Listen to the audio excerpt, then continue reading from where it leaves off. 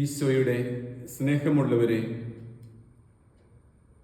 നാളെ ജൂലൈ മാസം 3-ാം തീയതി ദുഃഖ്റാന തിരുനാൾ ആഘോഷിക്കുന്ന ദിവസമാണ്. വിശുദ്ധ തോമാശ്ലീഹായുടെ രക്തസാക്ഷിത്വത്തിൻ്റെ ദുഃഖ്റാന ഓർമ്മ ആചരിക്കുന്ന ദിവസമാണ്. മാർത്തോമാശ്ലീഹായുടെ പാരമ്പര്യം പേറുന്ന പൗരസ്ത്യ കത്തോലിക്ക വിശ്വാസികളും സഭകളും പൗരസ്ത്യ അകത്തോലിക്ക വിശ്വാസികളും സഭകളും ഈ ദിവസം വളരെ പ്രാധാന്യത്തോടുകൂടി കാണുകയും വിശ്വാസത്തിൽ തങ്ങളുടെ പിതാവായ മാർത്തോമാശ്ലീഹായെ പ്രത്യേകം അനുസ്മരിക്കുകയും പ്രാർത്ഥിക്കുകയും ചെയ്യുന്ന ദിവസമാണ്. മാർത്തോമാശ്ലീഹായാണ് പേർഷ്യൻ രാജ്യങ്ങളിൽ ആദ്യമായി ഈശോമിശിഹായുടെ സുവിശേഷം പ്രസംഗിച്ചതും തുടർന്ന് കേരളത്തിലെത്തിയതും മൈലാപ്പൂര് വെച്ച് രക്തസാക്ഷിയാവുകയും ചെയ്തത്. വിശുദ്ധ തോമാശ്ലീഹ പൗരസ്ത്യ രാജ്യങ്ങളിലേക്ക് 3 പ്രാവശ്യമെങ്കിലും സുവിശേഷ പ്രചരണ യാത്ര നടത്തിയിട്ടുണ്ട് എന്നാണ് ചരിത്രകാരന്മാർ പറയുക. 4 പ്രാവശ്യം നടത്തിയിട്ടുണ്ടെന്നുള്ളവരും എന്ന് പറയുന്നവരുമുണ്ട്. ഏതായാലും ശ്ലീഹായുടെ അവസാനത്തെ യാത്ര കേരളത്തിലേക്കായിരുന്നു. AD 52 ഇവിടെ എത്തുകയും 20 വർഷത്തോളം കേരളത്തിലും തമിഴ്നാട്ടിലുമായി ജീവിച്ച 72 തമിഴ്നാട്ടിൽ ചിന്നമലയിൽ വെച്ച് രക്തസാക്ഷി ആവുകയും ചെയ്തു. എനിക്ക് തോന്നുന്നത് 12 ശ്ലീഹന്മാരിൽ ഇത്ര കൃത്യമായിട്ടുള്ള ഒരു രേഖ രക്തസാക്ഷിത്വത്തെക്കുറിച്ചുള്ളത് തോമാശ്ലീഹായെ കുറിച്ച് മാത്രമാണെന്നാണ് എനിക്ക് തോന്നുക. കേരളത്തിലെ സഭ തങ്ങളുടെ സഭ ശ്ലൈഹിക പാരമ്പര്യമുള്ളതാണെന്ന് പറയുമ്പോൾ അതിന് വ്യക്തമായ തെളിവുകൾ ഉണ്ട് താനും. 30-ലേറെ സ്വദേശീയരും വിദേശീയരുമായ ദൈവശാസ്ത്രജ്ഞന്മാരും ചരിത്രകാരന്മാരും തോമാശ്ലീഹായുടെ കേരളത്തിലെ വരവിനെക്കുറിച്ചും പ്രവർത്തനങ്ങളെക്കുറിച്ചും രക്തസാക്ഷിത്വത്തെക്കുറിച്ചും രേഖപ്പെടുത്തിയിട്ടുണ്ട്. തോമ എന്ന വാക്ക് അതിനർത്ഥം ഇരട്ട എന്നാണ്. ഇരട്ട പിറന്നവൻ എന്നും പറയുന്നു. അതിനെ ഗ്രീക്കുകാർ ദിദീമോസ് എന്ന് പറയും. ഈശോമിശിഹായോട് രൂപസാദൃശ്യമുള്ളത് കൊണ്ടാണ് ഇരട്ട പിറന്നവൻ എന്ന് പറയുന്നത് എന്ന് അനുമാനിക്കുന്നവരുണ്ട്. തോമാശ്ലീഹായെ എന്തുകൊണ്ടാണ് ഇരട്ട സഹോദരൻ എന്ന് പറയുന്നത് എന്നതിനെ കുറിച്ച് അപ്രമാണിക ഗ്രന്ഥങ്ങളിൽ ചില പരാമർശങ്ങളുണ്ട്. തോമാശ്ലീഹായുടെ വലതു കൈയിലെ ചൂണ്ടുവിരലും നടുവിരലും ഒന്നിച്ച് ചേർന്നിരുന്നു എന്നും ഉത്ഥാനത്തിന് ശേഷം ഈശോമിശിഹായുടെ തിരുവിലാവിൽ തൊട്ടപ്പോൾ അത് 2 വിരലായി തീർന്നു എന്നും ഒരു അപ്രമാണിക രേഖയിൽ എഴുതിയിട്ടുണ്ട്. ഏതായാലും ഈ പേരിൽ അറിയപ്പെടുന്നു. തോമസ് എന്ന് ഇംഗ്ലീഷിലും നാം പറയുന്നു. വിശുദ്ധ തോമാശ്ലീഹായെ കുറിച്ച് വിശുദ്ധ യോഹന്നാന്റെ സുവിശേഷത്തില് 3 പ്രാവശ്യം വ്യക്തമായിട്ട് രേഖപ്പെടുത്തിയിരിക്കുന്നു. ഒന്നാമത്തേത് ലാസറിന്റെ കബറിടത്തിലേക്ക് ഈശോ പോകുവാനായിട്ട് ആഗ്രഹിച്ചപ്പോൾ മറ്റെല്ലാവരും അവനെ നിരുത്സാഹപ്പെടുത്തി. എന്നാൽ തോമാസ് ലീഹ ഇങ്ങനെയാണ് മറുപടി പറഞ്ഞത്: നേസൽ അപ് ഹനൻ നേമൂസ് അമ്മേഹ് എന്ന്. നമുക്കും അവനോട് കൂടി പോയി മരിക്കാം. തോമാസ് ലീഹായുടെ കർമ്മധീരത, ധൈര്യം, സന്നദ്ധത, കർമ്മമാർഗം ഇവിടെ നമ്മൾ കാണുകയാണ്. രണ്ടാമത്തത് യോഹന്നാന്റെ സുവിശേഷത്തിലെ 14-ാമത്തെ അധ്യായത്തിലാണ്. ഈശോ വിടവാങ്ങുന്നതിന് മുമ്പ് അവരോട് പ്രസംഗം പറഞ്ഞപ്പോൾ, അവരോട് വിടവാങ്ങൽ സന്ദേശം നൽകിയപ്പോൾ, നീ എവിടെ പോകുന്നു, നീ പോകുന്നത് എവിടേക്കാണെന്ന് അറിയാൻ പാടില്ലാത്ത ഞങ്ങൾക്ക് എങ്ങനെ വഴി അറിയാം?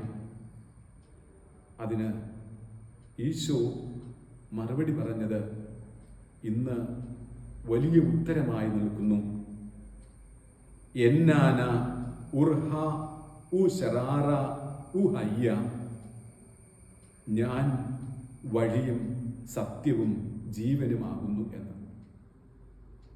നൂറ്റാണ്ടുകളായിട്ട് ഭാരതീയ മഹർഷികൾ പ്രാർത്ഥിച്ചിരുന്നല്ലോ, അസത്യത്തിൽ നിന്ന് സത്യത്തിലേക്കും മരണത്തിൽ നിന്ന് മരണമില്ലായ്മയിലേക്കും ഞങ്ങളെ നയിക്കണമേ എന്ന്. അതിനുത്തരമായാണ് തോമാസ് ലീഹായുടെ ചോദ്യത്തിന് ഈശോ മറുപടി പറഞ്ഞത്: ഞാൻ വഴിയും സത്യവും ജീവനുമാണ് എന്ന്. മൂന്നാമത്തേത് ഈശോയുടെ ഉത്ഥാനത്തിന് ശേഷം, അത് നാം വായിക്കുന്നത് 20-ാമത്തെ അധ്യായത്തിലാണ്. മറ്റുള്ളവരെല്ലാം ഈശോയെ കണ്ടപ്പോൾ, ഉത്ഥിതനായ നാഥനെ കണ്ടപ്പോൾ, ഇല്ലാതിരുന്ന തോമാസ് ലീഹ എനിക്കും കാണണം എന്ന് ഒരു കൊച്ചുകുട്ടിയെപ്പോലെ ആഗ്രഹിച്ചത് ഈശോ സാധിച്ചു കൊടുക്കുകയാണ്. കർത്താവ് പ്രത്യക്ഷപ്പെട്ടിട്ട് പറഞ്ഞു: നിന്റെ ആഗ്രഹം പോലെ നിന്റെ വിരലിവിടെ കൊണ്ടുവരിക, എൻ്റെ വിലാപ്പുറത്ത് അത് തൊടുക, നീ അങ്ങനെ വിശ്വസിക്കുക, അവിശ്വാസിയാകാതെ വിശ്വാസിയാകുക എന്ന്. തോമാസ് ലീഹ മറുപടി പറഞ്ഞു: മാ വാലാഹ്, എൻ്റെ കർത്താവേ, എൻ്റെ ദൈവമേ. കർത്താവിൻ്റെ അടുത്ത ശിഷ്യനായി തീർന്നു, തീരെ പ്രേക്ഷിതനായി തീരുന്നു. തോമാസ് ലീഹയെ കുറിച്ച് ഇവിടെ നാം ചിന്തിക്കുമ്പോൾ, മുറിവുകളെ സ്നേഹിച്ചവനാണ് തോമാസ് ലീഹ. തോമാസ് ലീഹ പറഞ്ഞില്ല കർത്താവിൻ്റെ മുഖം കാണണം എന്നല്ല, അവനെ കാണണം, അവൻ്റെ മുറിവ് കാണണം, അതിൽ സ്പർശിക്കണം എന്നതാണ് തോമാസ് ലീഹ ആഗ്രഹിച്ചത്. പരിശുദ്ധ പിതാവ് ഫ്രാൻസിസ് മാർപ്പാപ്പ ഒരിക്കൽ ഇങ്ങനെ പറയുകയുണ്ടായി: മുറിവുകളിൽ നിന്നും, കർത്താവിൻ്റെ തിരുമുറിവുകളിൽ നിന്നും അകലം പ്രാപിക്കാൻ ശ്രമിക്കുന്നവരാണ് ക്രിസ്ത്യാനികൾ. എന്നാൽ കർത്താവിൻ്റെ മുറിവിനോട് ചേർത്തു വെച്ച് നമ്മുടെ മുറിവുകളെ വിശുദ്ധമാക്കാൻ ഉള്ള വിളിയാണ് നമുക്ക് ലഭിച്ചിട്ടുള്ളത് എന്ന് മാർ തോമാസ് ലീഹ ഇതാണ് നമ്മെ ഓർമ്മിപ്പിക്കുക. മുറിവിൽ തൊടുന്നതിന് മുമ്പേ ആ വിശ്വാസ പ്രഖ്യാപനമുണ്ടായി: എൻ്റെ കർത്താവേ, എൻ്റെ ദൈവമേ. മാർ തോമാസ് ലീഹായുടെ കേരളത്തിലെ വരവിനെ കുറിച്ച് പൊതുവെ ആരും തന്നെ സംശയിക്കുന്നില്ല.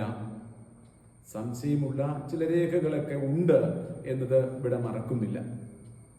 1923 ഡിസംബർ മാസം 21-ാം തീയതി സീറോ മലബാർ സഭയുടെ ഹയരാർക്കി സ്ഥാപിച്ചുകൊണ്ട് 11-ാം പിയൂസ് മാർപ്പാപ്പ പുറപ്പെടുവിച്ച ശ്ലൈഹിക രേഖയിൽ ഇപ്രകാരം പറയുന്നു: സീറോ മലബാർ സഭ മറ്റ് പൗരസ്ത്യ സഭകളുടെ ഇടയിൽ വളരെ ശ്രേഷ്ഠമായ ഒരു സ്ഥാനം അലങ്കരിക്കുന്നു.